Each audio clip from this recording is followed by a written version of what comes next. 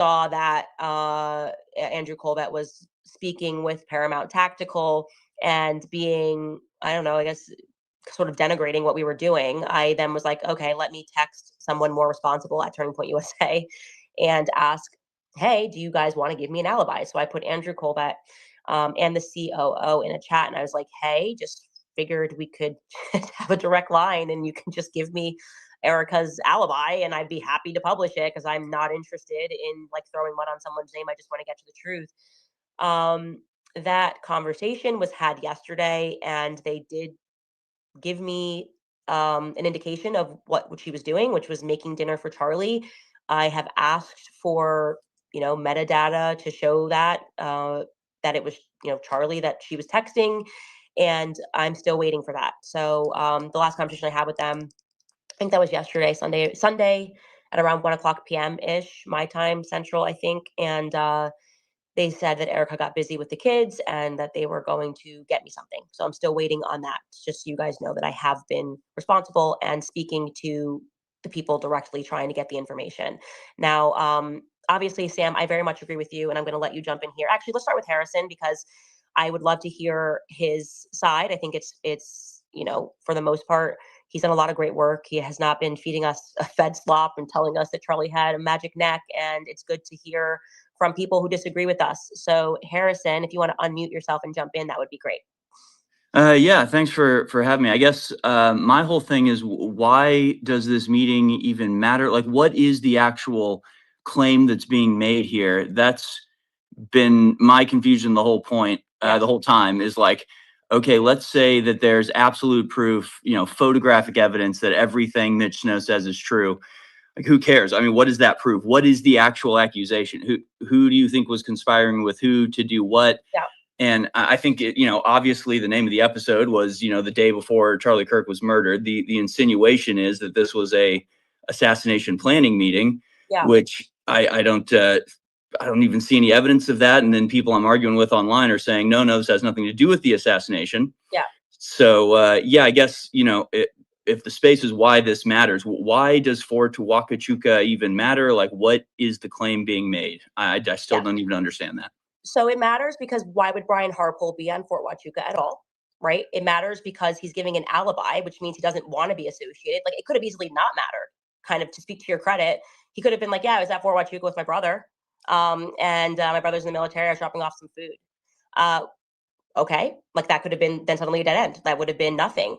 Now, because Mitch had described this as a top secret meeting in an off-site building and had described this as top brass at the Pentagon and said that these sorts of meetings, and I am forgetting the military term, are when you're just about to embark on like a mission. I know I really uneducated, but military guys will sound better saying that. It was compelling. Like, okay, like I said, Brian Harpole was acting funny. He's been acting weird. He's been telling verifiable lies, and he cared enough to present an alibi, meaning he didn't want people to think he was there, right? So if you have to give someone an alibi, it's because you don't want people to think that you're there. There is an alibi is not needed if there's nothing to hide. So that's why it matters. I think that's why it matters. And this reaction, rather than being forthcoming, is why it suddenly feels like, okay, this is important because no one's acting normal. No one's just like, oh yeah, cool, he was there. Like, it also is, as we have now learned, it's an intel base. He was telling the truth about exactly what building it was. I didn't name the building on my show because I wasn't sure if that would be like a national security problem, but it just happened to be that JTF was borrowing that offsite building, and it was supposed to be a top secret meeting for those purposes. Somebody that was involved in blacking out the windows had sent us a tip. Again, it's how people are reacting to the meeting that lets us know that it's important. Okay. I mean, I guess regarding the hotel, I never said it was important. Like I said, my perspective was there's 1,000 different reasons that she could have been at that base. Her mother has a contract or had a contract, has a contract with the DOD.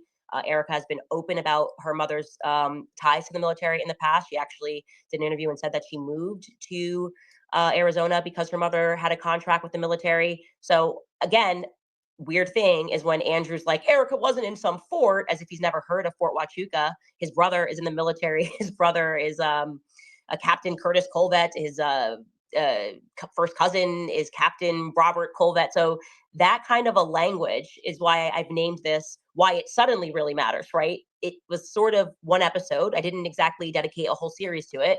The reaction has been so almost like violently obsessed that the public is now going, oh, okay, well, it feels like there's something here. I think that's just sort of our natural instinct.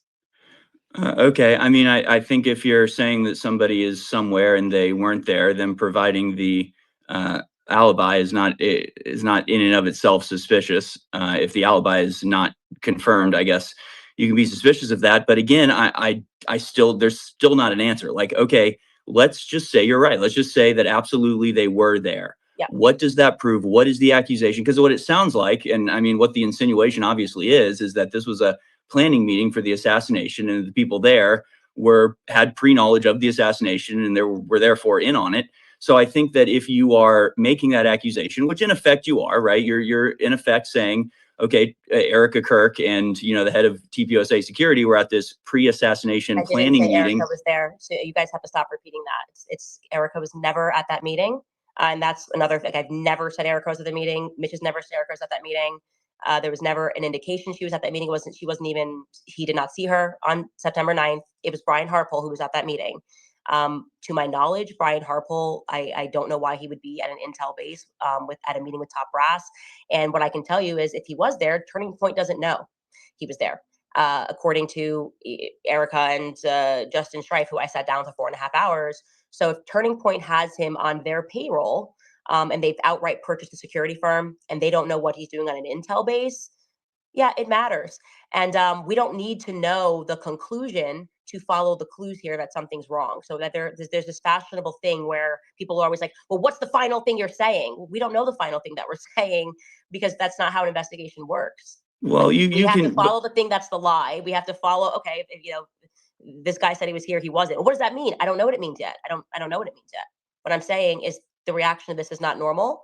Brian Harpole shouldn't be on an intel base if Turning Point doesn't know about it. And he's presented an alibi that doesn't actually cover where he was, but he felt it necessary to give an alibi. So, I don't know, interesting. And I think we have a right to think. So, if that's cool, I'm just going to let somebody else jump in right here. I think, is that okay, Harrison? Or do you want to just have a final thought there? Sure. I'm okay. So Erica Kirk was not there. You don't believe that Erica Kirk was there at all. She wasn't there on the 9th. She was not seen on the 9th. It's not about whether I believe she was there. She wasn't seen on the 9th. That was never said. He never said it. I never said it. Okay. But she was seen on the 8th. Yes. And not at the Intel meeting, not in the Intel,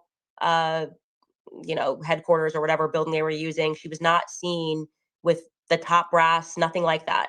Okay. So the pre-assassination planning meeting happened on the morning of the 9th. She was seen in the area on the afternoon of the 8th, but those were unrelated. She just happened to be there. They are related because of the person she was with, who he believes looks like Cabot Phillips. He did see that person at the meeting on the 9th. Okay. So again, you are saying that basically these people were there to conspire to kill Charlie Kirk, right? I mean, you can keep saying what you're saying, or you can listen to what I'm saying. But if you want to just say what you're saying, just say it and don't put it behind you're saying. Just say, hey, I'm Harrison and I'm saying, right? That's easier, I think.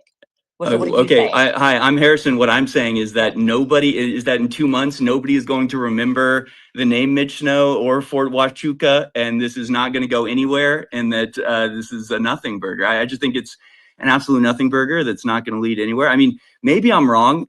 You can prove me wrong. But again, my whole thing has always been that this devolves into this question of like, was he there? Was he not there? And the whole time I'm just going, what does it matter? If the conclusion is that he's a complete liar, it's the exact same outcome as proving that these people were actually there, because so far you haven't connected it to the assassination in any way whatsoever, except that maybe this guy thinks that he saw people that are around Charlie Kirk. And my whole point is, obviously the insinuation is, I mean, again, when you're saying Erica Kirk was there, but not actually there on the day, but in the area, but not because of the assassination meeting, but it's like, okay, clearly the insinuation is that these people had something to do with the assassination, and you can make that claim or not, or pretend that you are, or pretend that you're not, but you obviously are. But that's all. I don't really care about any of that. Thanks, Harrison. But you have to. Thank you. Let's skip somebody. I think just you say something clearly and obviously and clearly doesn't make it clear or obvious. I'm following this investigation. Charlie was assassinated. I'm going to take every step, and I'm going to say what I know at the exact time that I know it. So I cannot say that it was definitively an assassination meeting. I can say that I have a feeling about this meeting that if it is in fact Brian Harpole there and he's lying about that, then that's not good. It's not a good thing because there's no reason to lie unless you have something to hide. But thank you so much for your feedback. I appreciate that and hope to speak in the future. I am going to allow Ian. Did you want to jump in here?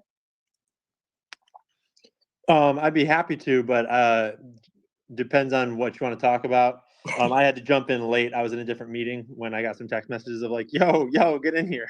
Oh, yeah. I was just mentioning, I was giving the timeline and just telling people when you and I had the call and you were kind of just trying to give me a heads up about, Valhalla, I think it was Valhalla, right? That wanted to speak with me about Mitch and that his backstory was stolen valor. I wasn't sure if I got something wrong, but I thought it was Valhalla, right? Yeah. I mean, there's been a lot of people that have been trying to get a hold of you. I'm like a regular conduit for people trying to get a hold of you. You know how it is. Yeah, exactly. But yeah, definitely there's been, it was once things started to fire up, people were starting to talk about like what they saw as holes in Mitch's story. Yeah. And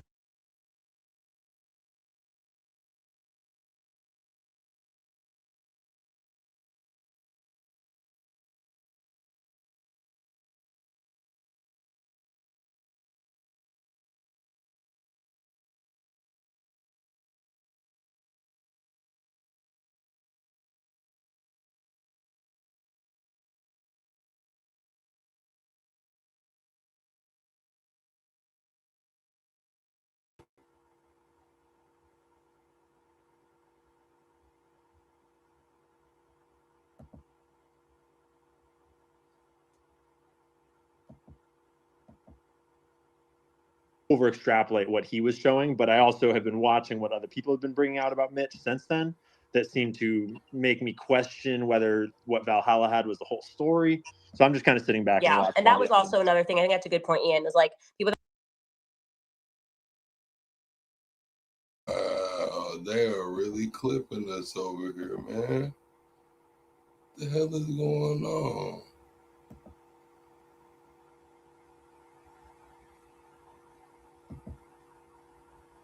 Saw, and I didn't want to again get dragged down in the mud, but like they had accused a few men, but they stayed away from that. It was like no, like this is what's out there about Mitch, and that's why I was saying to you, like I was like this feels to me like a way to distract from what I basically am trying to do, which is I feel like I'm the only one that's actually trying to debunk Mitch, going to Brian Harpole, going to Turning Point USA, and saying, hey, like give me something. I'm happy for this to be wrong. Whereas everyone else seems to just be trying to distract. I do want to let let's do Ryan and then Isabella, and then we'll do Diligent Denizen. I think that's right. Diligent, actually, his app kicked him down. You should re-add him. I did.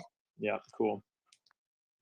Yeah, Candace, I'm just jumping in here listening right now, so I'm going to hang out for a minute, and then Cool. I'll jump in at the end. Cool. Awesome. Isabella, did you want to jump in here? Yeah. Hi. Thanks for having me up here. It's been a lot of debate going on with this, and I think Harrison did bring.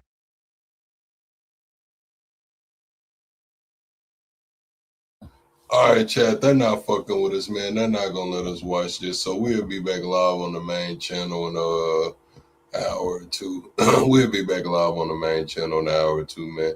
This shit crazy. I think the app crashed,